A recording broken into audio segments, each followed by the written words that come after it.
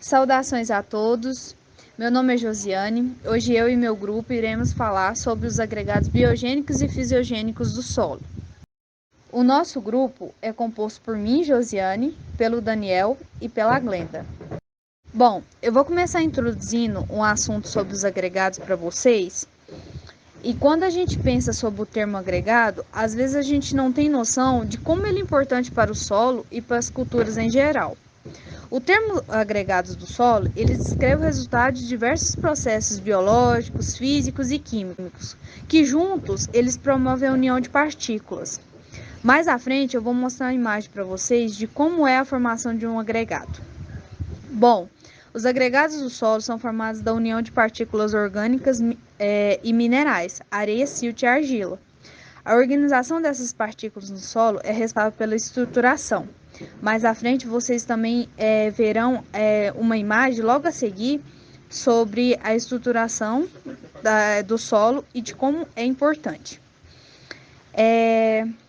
Na prática, os agregados do solo, eles fazem com que o solo ele se mantenha estruturado e consistente, mas eles não comprometem a porosidade. Ou seja, isso é muito importante para a passagem de nutriente, ar e água. A estrutura do solo, ela influencia a aeração, a infiltração e a disponibilidade de água, atividade biológica e vários atributos químicos que interferem muito na produtividade das culturas. Em relação à composição, como eu citei anteriormente, a gente vê a areia, silt e argila, que são as partículas que compõem os agregados. Também vemos os macroporos e os microporos. Os microporos, eles são responsáveis pela retenção de água no solo. Já os macroporos, eles são responsáveis pela drenagem e pela aeração da água no solo. Aí a imagem mostra bem para vocês a imagem da estrutura dos agregados no solo. Nessa imagem, a gente vê as partículas que eu tanto citei. Logo em seguida, o agregado, que também é importante ressaltar que ele pode ter diferentes formas geométricas. E logo em seguida, essa terceira imagem é a estrutura do solo.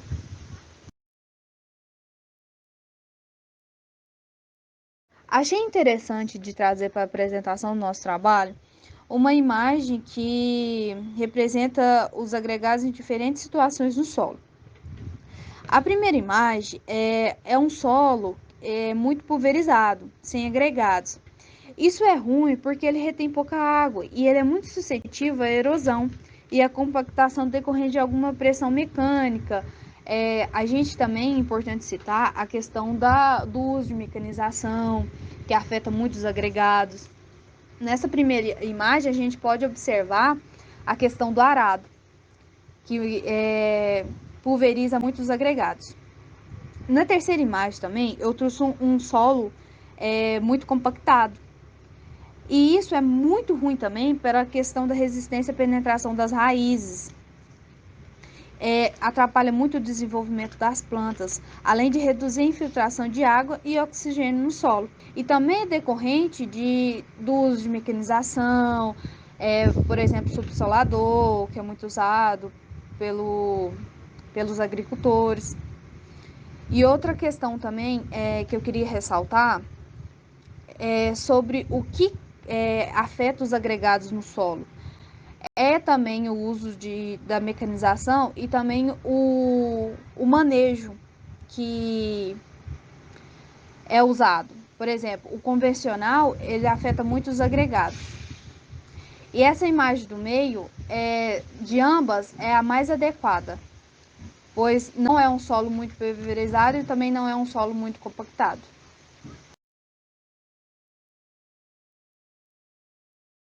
Bem, em relação aos fatores de formação dos agregados, é importante ressaltar que o que contém nele é o tipo de teor de argila, metais polivalentes, óxido de hidróxido de ferro, alumínio, magnésio e outros, tendo em vistas que esses orgânicos de plantas e substâncias orgânicas são provenientes da ação de micro-organismos e outros componentes orgânicos.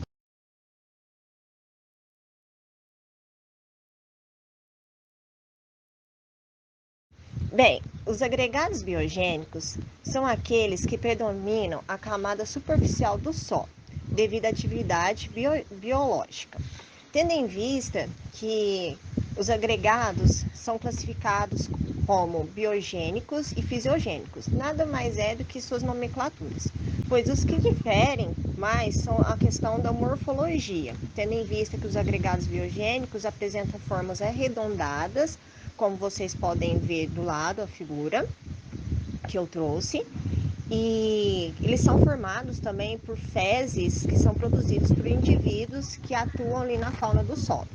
Bem, os aspectos biológicos estão relacionados também à questão das raízes, pois elas têm papel que destacam, que contém o crescimento de sua densidade e o comprimento. Portanto, ocorre-se maiores valores de agregados ali, sendo que as raízes fibrosas produzem elevados níveis de macroagregados. Achei também importante ressaltar que as estruturas biogênicas, tais como os agregados, poros, galerias de várias formas e tamanhos, servem como habitats de outros organismos. E também é importante ressaltar que há evidências de que os macroagregados biogênicos são microciltes, importantes para a formação de macroagregados e, consequentemente, para o fortalecimento da matéria orgânica no solo e o armazenamento de nutrientes que são liberados vagarosamente sobre a sua degradação.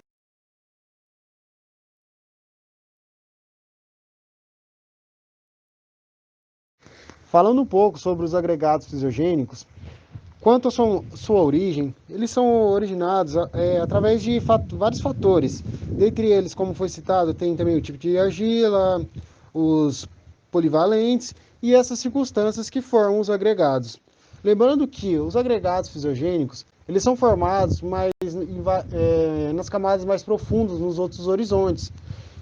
E cabe ressaltar também que ele é resultado formar pelas ações físicas, químicas e também da matéria orgânica.